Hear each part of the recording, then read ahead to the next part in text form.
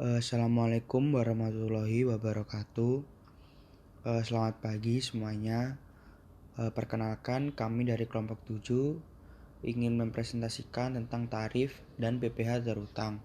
Kelompok 7 beranggotakan yang pertama saya sendiri, Ganang Rumana Hadi, dan teman saya Riza Gilang Ramadan, Muhammad Dwiki, dan juga Riangga Ajijaya Saputra. PPh terhutang. Hukum pajak Indonesia mengenal istilah pajak terhutang. Istilah ini mengacu pada pajak yang harus dibayarkan pada saat tertentu di dalam masa pajak, tahun pajak atau bagian tahun sesuai ketentuan dalam undang-undang. Sedangkan PPh terhutang adalah pajak terhutang yang dihitung dari penghasilan kena pajak atau disebut PKP. Dasar hukum PPh terhutang. Yang pertama, Undang-Undang Nomor 28 Tahun 2007 tentang KUP. Undang-undang ini mengatur ketentuan umum dan tata cara perpajakan. Pada pasal 10 undang-undang ini dijabarkan bahwa pajak terhutang adalah pajak yang harus dibayar pada saat tertentu dalam pajak, tahun pajak, atau bagian tahun pajak. Yang kedua, Undang-Undang KUP pasal 1 ayat 10. Deskripsi pajak terhutang dalam Undang-Undang KUP pasal 1 mirip dengan Undang-Undang Nomor 28 Tahun 2007. Yang selanjutnya ada rumus perhitungan tarif PPh terhutang.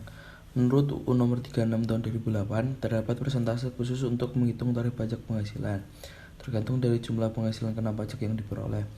Rumus tarif untuk wajib pajak orang pribadi adalah 5% dari penghasilan kena pajak untuk penghasilan hingga 50 juta per tahun, 15% dari penghasilan kena pajak untuk penghasilan di atas 50 juta hingga 250 juta per tahun, 25% dari penghasilan kena pajak untuk penghasilan di atas 250 juta hingga 500 juta per tahun, 30% dari penghasilan kena pajak untuk penghasilan di atas 500 juta per tahun.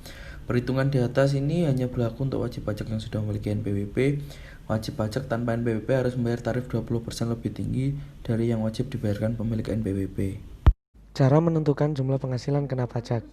Dalam dunia perpajakan, ada istilah penghasilan kena pajak dan penghasilan tidak kena pajak atau PTKP. Sebelum menghitung pajak penghasilan, termasuk pajak terhutang, pastikan mengetahui jumlah penghasilan kena pajak Anda, terutama karena jumlahnya bisa berbeda untuk setiap orang. Peraturan Direktorat Jenderal Pajak Nomor 16 Tahun 2016 menetapkan angka 54 juta rupiah sebagai jumlah PTKP selama setahun untuk wajib pajak orang pribadi. Jika individu tersebut sudah menikah, ada tambahan senilai 4.500.000 rupiah. Nilai yang sama akan terus ditambahkan untuk setiap anak yang lahir dari pernikahan individu tersebut. Untuk menentukan pajak yang harus Anda bayar, temukan selisih antara penghasilan kena pajak dan PTKP dalam setahun. Setiap individu akan mendapatkan hasil yang berbeda karena adanya variasi, seperti jumlah pendapatan, potongan pada gaji, status pernikahan atau keluarga, dan lain sebagainya. Selanjutnya, saya akan menjelaskan tentang contoh perhitungan PPh. Berikut ini adalah contoh perhitungan PPh terhutang. Dari contoh yang saya ambil ini, misalnya A adalah karyawan perusahaan yang masih lajang. Dia memiliki penghasilan senilai 6 juta per bulan atau 72 juta per tahun.